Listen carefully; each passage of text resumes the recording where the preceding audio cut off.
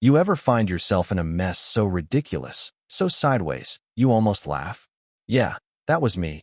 A few years back, just out of the army, thinking I'd finally left all the noise behind. That I could buy a little peace and quiet out on the lake. Not a care in the world except maybe how to keep the deer from chewing up my tomatoes. I never guessed I'd be trading one kind of battlefield for another. But this one came with pastel blazers, drone cameras, and a clipboard-wielding tyrant named Karen who made the drill sergeants look like amateurs. I bought that. Land fair and square, 40 acres, a winding creek, a little lake, and just enough slope to remind you nature doesn't care about your plans. There was no HOA. Hell, that was the selling point for me. No rules about flagpoles or mailbox colors. No one measuring your grass with a ruler.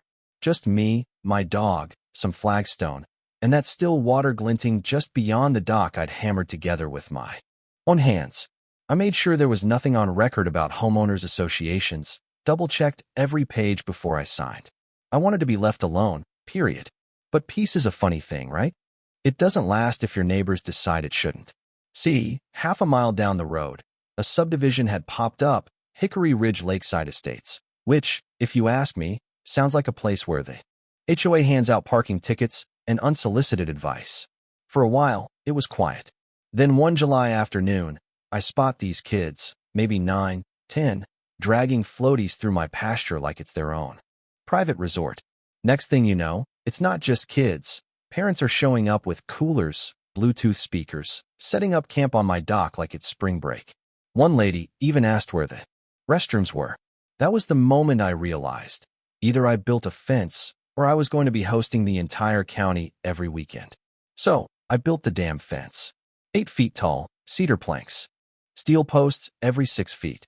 Gate like something out of Fort Knox. Private property, no trespassing, signs posted everywhere. Not out of spite, but just so no one could say they didn't know. And yeah, I got a weird satisfaction from seeing the looks on their faces when their shortcut to the lake hit a wall, literally. I figured that was the end of it. Except, of course, that's when Karen showed up. White Lexus, haircut sharp enough to draw blood, smile tighter than a guitar string. She strides up with her clipboard, introduces herself as the president of the HOA, voice all honey and vinegar, and starts talking about community harmony and how my fence is disrupting the natural flow. You know that tone people use when they're pretending to be friendly, but you can already feel the threat underneath? That was her specialty. I told her, plain as I could, that the lake and the land were mine. My deed, my fence, not part of her HOA, not open for negotiation. But Karen didn't back down. She just started circling, taking pictures, making calls. 3 days later, I get a letter from the HOA with their leafy logo, telling me I'm in violation of historic access and threatening me with $100 a day in fines unless I tear down the fence. I laughed out loud. Not their land, not their rules, not happening. But then things started getting weird. I'd catch the Lexus idling near my gate. Found footprints by the lake, candy wrappers in the grass, little signs someone had slipped through anyway.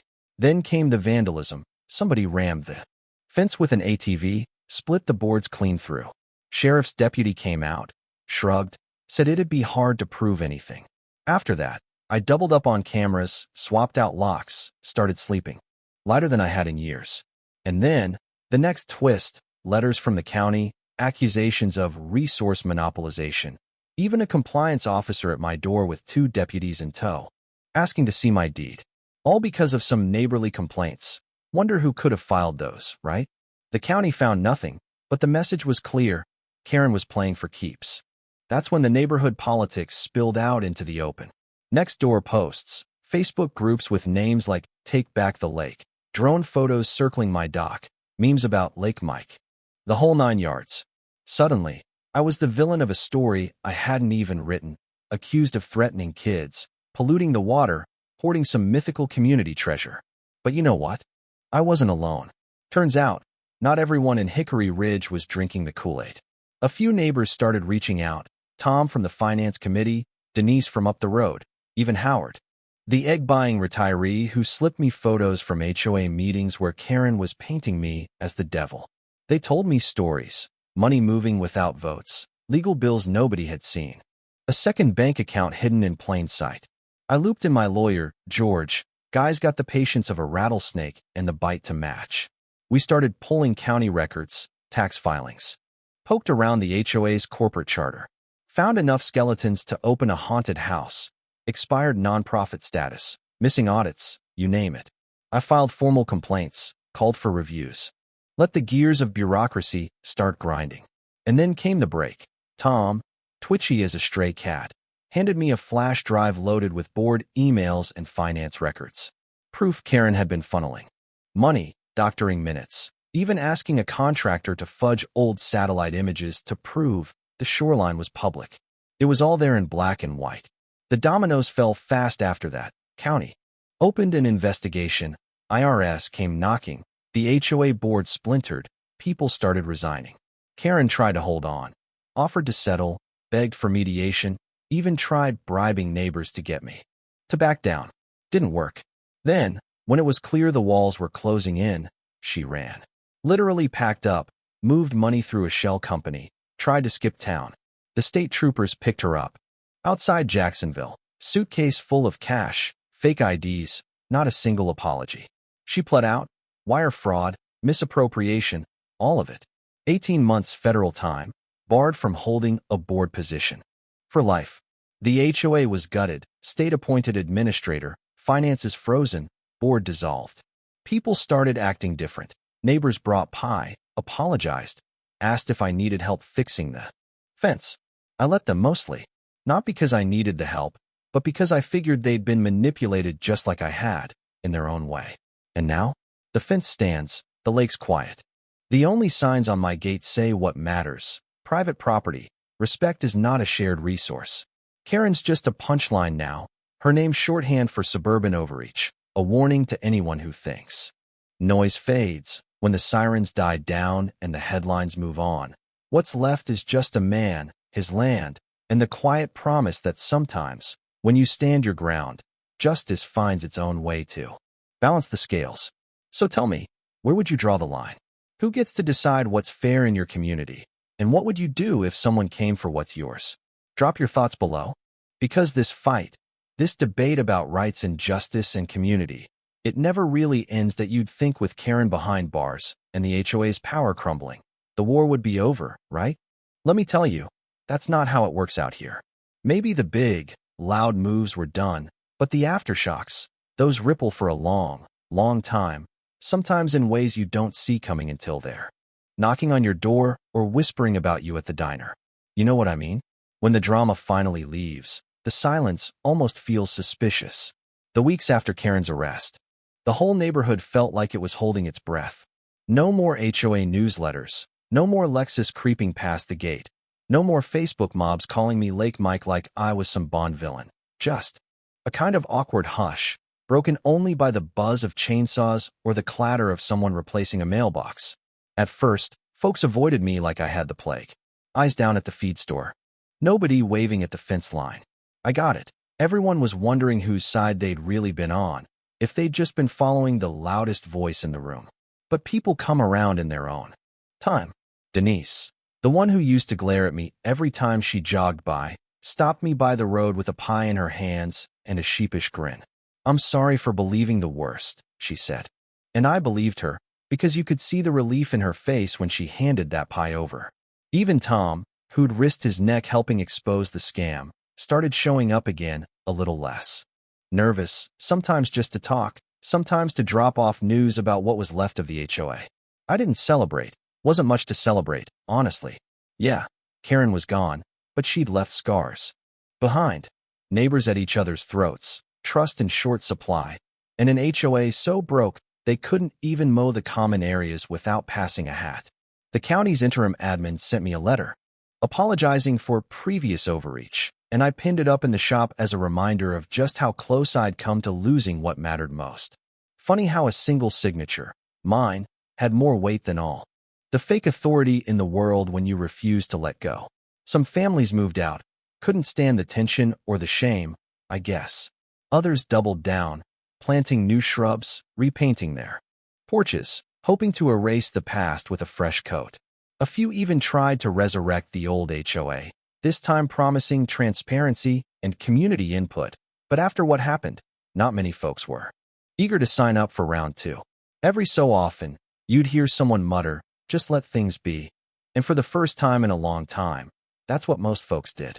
As for me, I got busy fixing the damage, patched the broken fence boards, repainted the gate, replaced cameras, but honestly, I spent more time walking the property, just breathing, letting the dust settle. I let wild grass grow, tall on the southern edge, made the shoreline less welcoming to anyone who might still think of it as theirs. Sometimes I'd catch a glimpse of Howard's old truck in the distance, see him wave, and it reminded me there were still good people out here, still reasons to hope the next chapter might be quieter. You want a twist? Here's one nobody saw coming. The new interim HOA guy, quiet, balding, looked like he'd never jaywalked in his life, actually came by one afternoon, brought a copy of the financial audit, handed it to me without saying a word, and left. The summary? Over $120. 000 in misappropriated funds, board members complicit, Karen facing even more charges. The HOA would need years to recover, if it ever did. But the real surprise came from the county. They called me in for a meeting, asked if I'd be willing to serve on a local land use committee, help write new guidelines so nothing like this ever happened again. I nearly laughed. I told them I wasn't a politician, didn't want to be anyone's watchdog. But they insisted. You know where the lines are, one of them said, and you're not afraid to defend them. So yeah, I joined. Not to control anybody, but to make sure people like Karen couldn't twist the rules for their own gain ever again. Life got simple again. Well, as simple as it ever does. I started seeing old neighbors in a new light. Folks who'd shouted the loudest about community resources now kept to themselves, planting their gardens, waving from a distance. The parents who once hated my fence thanked me for keeping their kids safe, even if they'd never admit it out loud. And those flyers, the memes, all the nasty rumors, they faded into legend, the kind of story that gets told with a chuckle and a shake of the head. Funny thing, though, sometimes, when the wind shifts off the water just right, I can almost hear the echoes of the old days, the yelling, the laughter, the fights over who owns what. But those sounds don't bother me anymore. Not because I won, not really, just because I endured, because I drew a line, stood behind it, and proved you don't have to be the loudest to be right. And maybe that's what real peace is, a hard one, sometimes lonely kind of quiet where you get to choose your battles, keep your dignity, and know that even if nobody else understands, you did what was right by you and your land. Not for applause, not for revenge, just for the simple satisfaction of sitting on your dock, coffee in hand, watching the sun rise over water. That's finally, undeniably, yours. So, I'll ask again, where would you draw the line? Would you risk your comfort for what's right, even if it meant standing alone? Because in the end, all the rules and titles in the world don't mean a damn thing if you don't have the backbone to defend your own ground. I did, and I'd do it again. Would you? Let's hear your stories. Who's the Karen in your world? Where do you stand when the whole neighborhood comes knocking? Drop it in the comments, because the fight for respect, for boundaries, for justice, it's not just my story. It's everyone's.